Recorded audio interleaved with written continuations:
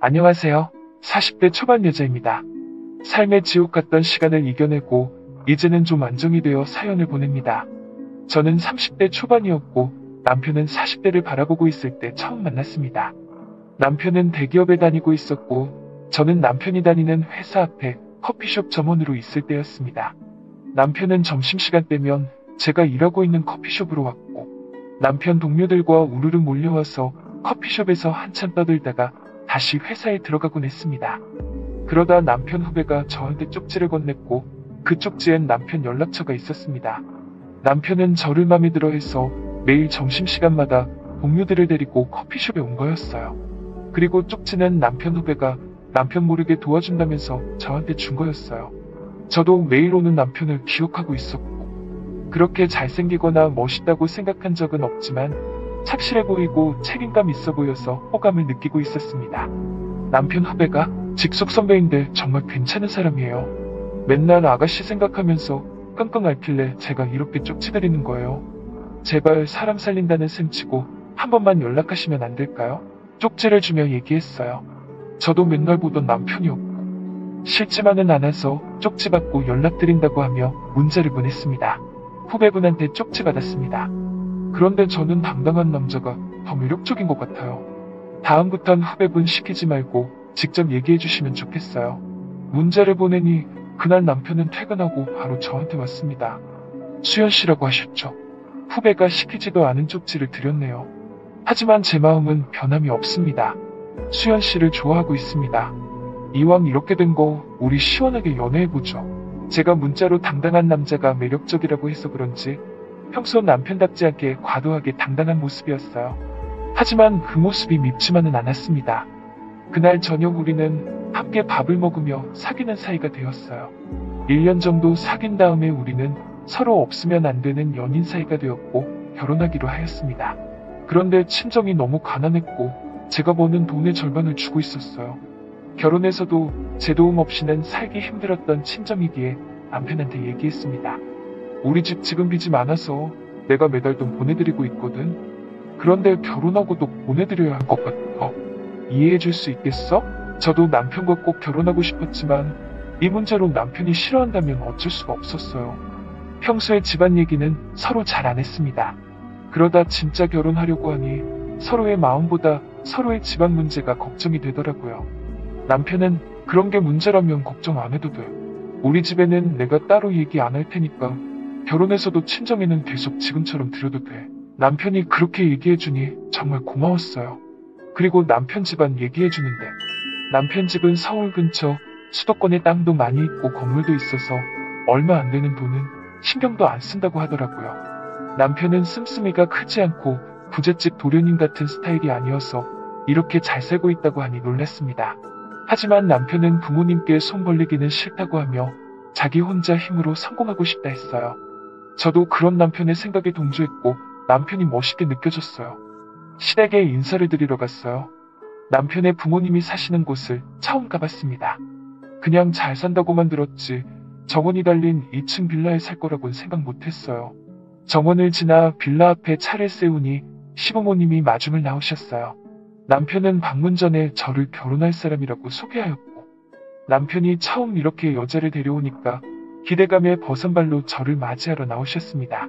어머님은 너무 잘 왔다며 제 손을 꼭 잡으셨고 아버님은 아무 말 없이 저를 훑어보셨어요. 그렇게 우리는 시댁에 왔고 인사를 드렸습니다.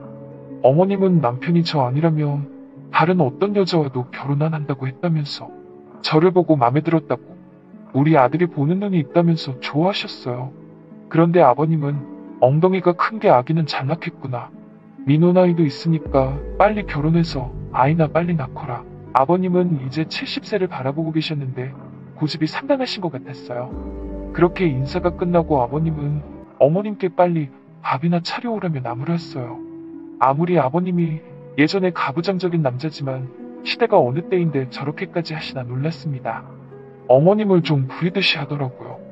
그런 아버님 밑에서 저희 남편이 나왔다는 게 신기했습니다. 그렇게 밥을 먹으면서도 아버님은 술 가져와라. 국이 식었으니 데워와라. 이 음식은 왜 이렇게 싱겁냐.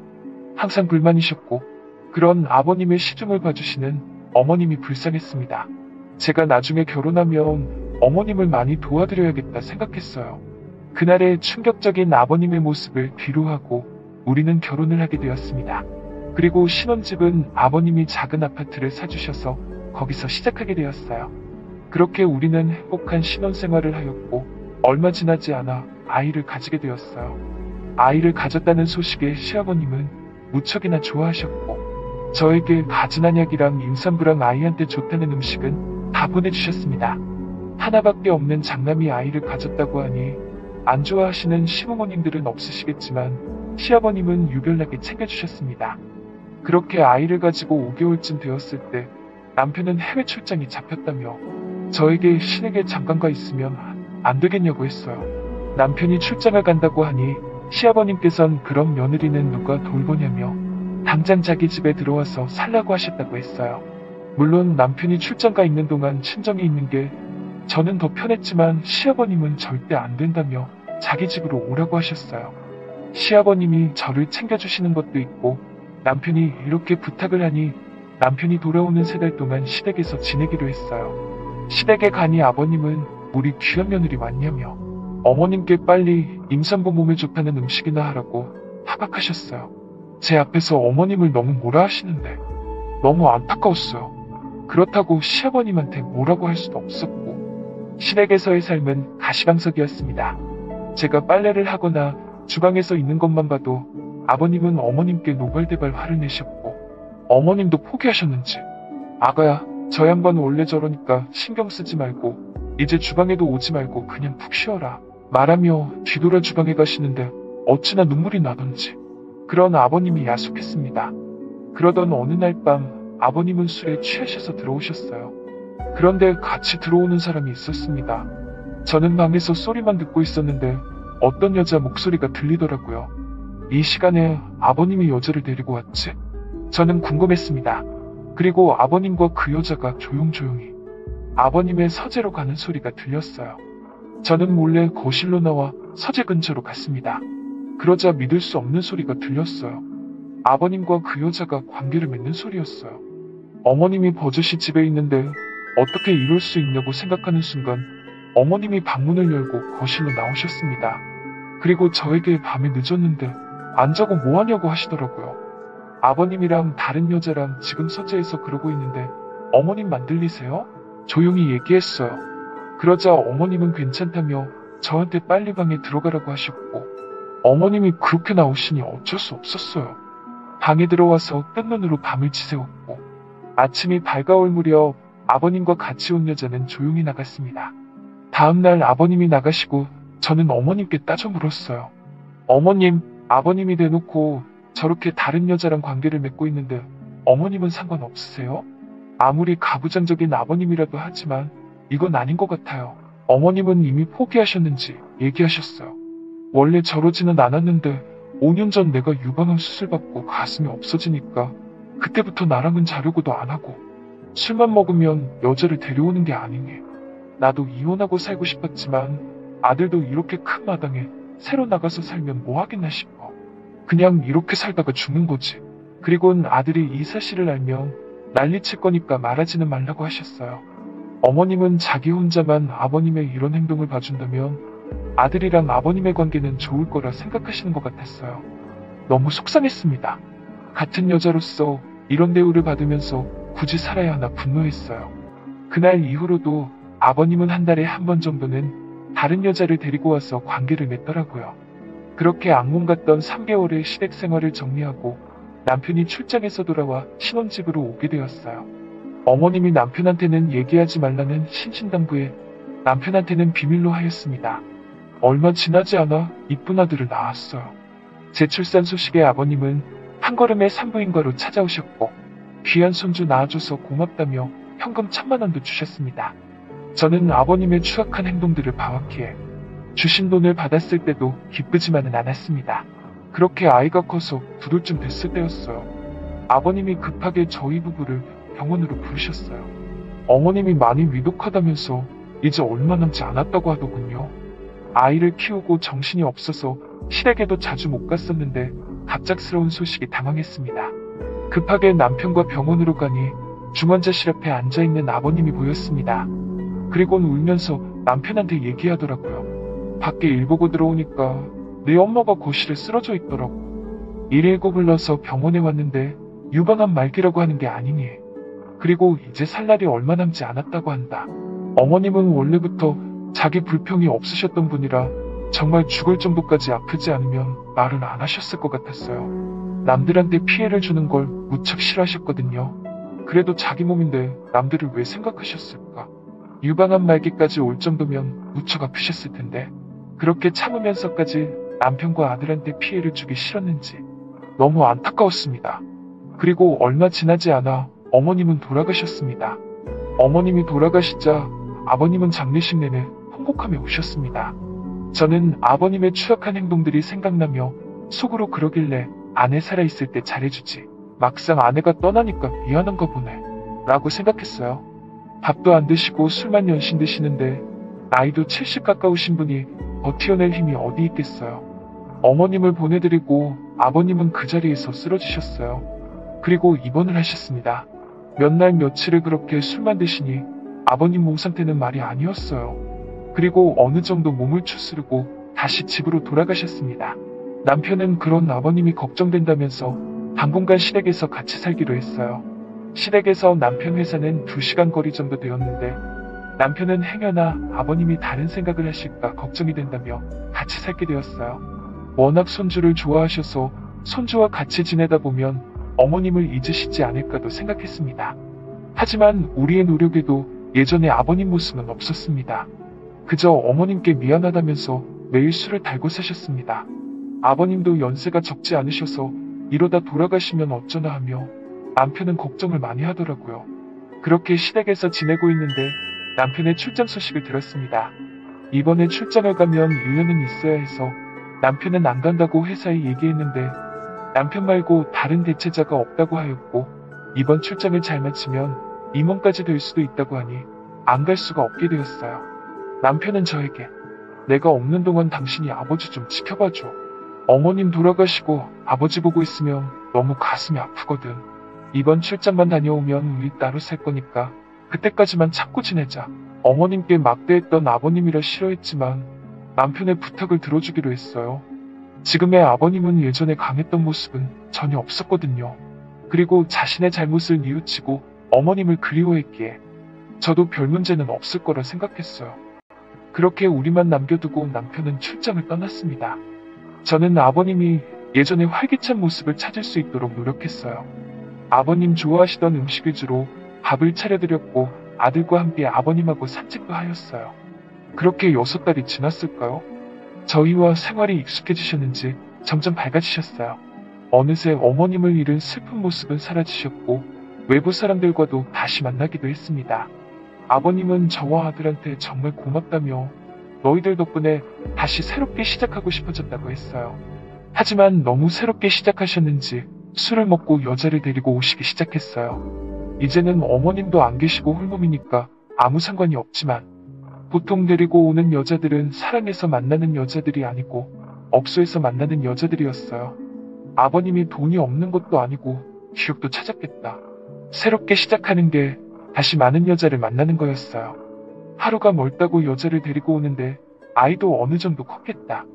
아이 교육상 안 좋아 보였습니다. 남편이 오기 2달 남았을 때 아버님께 아이를 친정에 보내겠다고 했어요. 손주를 끔찍이 아끼는 아버님이라서 보내지 말라고 하실 줄 알았는데 웬일인지 보내라고 하더군요. 그리곤 저는 가면 안 된다고 하더라고요. 자기 혼자 이 집에 있으면 너무 힘들 것 같다면서 아들 출장 다녀올 때까지는 같이 있어 달라고 했습니다. 저 또한 남편이 얘기한 것도 있고 아버님을 혼자 내버려 두고 가려는 생각은 없었지만 아버님이 이렇게까지 작으시니 불쌍하기도 했습니다. 그렇게 아이를 친정에 보내고 시댁으로 돌아왔습니다. 그런데 내 방에서 인기척이 들리더라고요. 방문을 여니 아버님이 있었습니다. 아버님은 짐짓 놀라며 벌써 왔냐라고 하셨어요. 제 방에는 어쩐 일이세요? 뭐 필요하신 거 있으세요? 아버님은 별건 아니고 며느리 이제 혼자 지내야 하는데 부족한 건 없나 해서 한번 들어와 봤다. 배고프구나. 밥이나 먹자. 제가 밥을 차리는 동안 아버님은 술을 사오셨습니다. 그리고 어색한 둘만의 식사가 시작되었어요. 저는 어색한 자리가 될 것 같아 밥을 안 먹겠다고 했는데 아버님은 외롭다며 같이 밥을 먹자고 했습니다. 아버님은 술을 드시면서 자기 때문에 어머님이 그렇게 됐다며 한탄하셨습니다. 저는 며칠 전까지만 해도 업소 아가씨들 데리고 오면서 어머님은 다 잊은 듯한 아버님이었는데 갑자기 이렇게 저한테 어머님 얘기를 하니 어이가 없었어요. 정말 알다가도 모를 아버님이라 생각했습니다. 그렇게 아버님과 밥을 먹고 저는 방에 들어와 잠을 청하였습니다. 그리고 얼마 지났을까요? 정말 생각하고 싶지 않은 일을 겪게 되었습니다. 그날 늦은 밤이었어요. 저는 한번 자면 깊게 자는 편이라서 그날도 친정까지 왔다 갔다 하고 많이 피곤했습니다. 그렇게 세상 모르게 자고 있는데 이불 안으로 누가 들어오는 느낌이 들었습니다. 그리고는 이불을 들치니 아버님이 계시는 겁니다. 아버님 지금 여기서 뭐 하시는 거냐고 소리쳤습니다.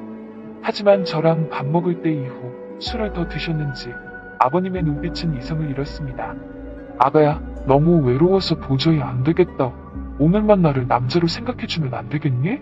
저는 이불을 제 쪽으로 끌어당기며 경찰에 신고하겠다고 했어요. 그러자 아버님은 저를 밀치고 말이 안 통한다며 저를 때렸습니다. 70 다 드신 노인이 왜 이렇게 힘이 좋으신지 저항할 수가 없었습니다. 그렇게 저는 아버님에게 제 몸을 맡기게 되었습니다. 아버님은 관계가 끝나고 얘기했어요.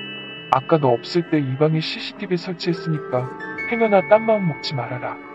아들이 2달 뒤에 온다니까 그때까지만 나랑 같이 살면 내가 오늘 찍힌 영상은 아들한테 비밀로 하마. 저는 하늘이 무너지는 줄 알았습니다. 내일 당장 경찰에 신고해서 아버님이고 뭐고 다 정리하려고 했는데 영상을 찍었다고 하니 소름이 돋았습니다. 많은 생각을 했습니다. 이 영상이 남편한테 그리고 아들한테 간다면 나는 어떤 여자가 되는 거지? 정말 죽고 싶었습니다. 그리고 아버님도 죽이고 싶었습니다. 다음날 저는 제 방을 뒤졌고 정말 안 보이는 곳에 조그만 카메라가 있더군요. 혹시나 아버님이 저를 겁주려고 거짓말한 거라면 당장 신고하려고 했는데 정말 영상이 찍혔습니다. 그날 저는 바로 친정집으로 갔습니다. 이 사실을 누구한테 말하기도 싫었고 우선 아버님과 떨어져서 지내야겠다고 생각했어요. 친정에서 잠을 청하고 있는데 한 통의 문자가 왔어요. 아버님의 문자였어요. 아버님은 어제의 동영상의 한 장면을 저에게 보내셨습니다. 그러면서 내일 당장 돌아오지 않으면 아들한테 영상을 보내겠다고 했어요. 너무 창피한 마음에 다음날 시댁으로 바로 돌아왔습니다. 그리고 밤이 되자 아버님이 오셨고 아버님은 내가 얘기했지. 아들 올 때까지만 그냥 같이 있어 달라고. 자꾸 이렇게 피하면 나도 어쩔 수 없다. 이런 악마가 있을까요? 정말 무서웠습니다. 하지만 용성의 모습이 들키기 싫었어요. 어쩔 수 없이 아버님의 요구를 들어주게 되었어요. 하루하루가 지옥이었습니다. 하루빨리 남편이 돌아오기만을 기다렸습니다. 그리고 한편으로는 이런 악마 같은 아버님이 어떻게 됐으면 하기도 했어요. 그렇게 아버님과 단둘이 산 지 한 달쯤 됐을까요? 모르는 번호로 한 통의 전화가 왔습니다. 박주일님이랑 어떤 관계시죠? 박주일은 아버님 이름인데 누군데 나한테 연락하는 거지 생각했어요. 저는 며느리라고 했습니다. 그러자 박주일님 1시간 전에 교통사고 당하셨는데 그 자리에서 사망하셨습니다. 주변에 아는 사람도 없어서 박주일님 핸드폰에 있는 번호로 연락드린 겁니다. 빨리 병원으로 오셔야 할 것 같아요. 저는 너무 어이가 없었습니다. 어제까지도 저희 몸을 탐했고 그렇게 죽었으면 하는 사람이 이렇게 바로 죽다니. 아무 종교도 믿지 않는 제가 신이 정말 있나 싶을 정도로 너무 빠른 응답을 해주셨거든요. 저는 기뻐하며 병원으로 갔습니다. 병원에는 경찰들이 있었고 저에게 얘기했어요. 박주일 씨가 술에 취해서 무단횡단을 하였고 어두운 곳이라 미처 박주일 씨를 보지 못한 덤프트럭에 부딪혀 사망하셨습니다. 그리고 아버님의 유품들을 저에게 주었습니다. 저는 이제 빨리 장례 절차를 밟아야 하기에 정신이 없었지만 침착하게 아버님 핸드폰을 봤습니다. 핸드폰 안에는 그날 찍었던 동영상이 들어있더라고요. 저는 그 동영상을 삭제하고 핸드폰은 불태웠습니다. 남편이 급하게 돌아와서 아버님의 장례를 치렀습니다. 정말 하늘이 도와주신 건지 그렇게 악마 같았던 아버님은 사라졌습니다. 그리고 아버님과 저만 알고 있던 동영상도 같이 사라졌고요. 정말이지 그때 생각하면 죽고 싶기도 했는데 하늘이 도와 아버님께 천벌을 내렸다고 생각해요. 이제는 이렇게 얘기할 수 있어서 이렇게 사연을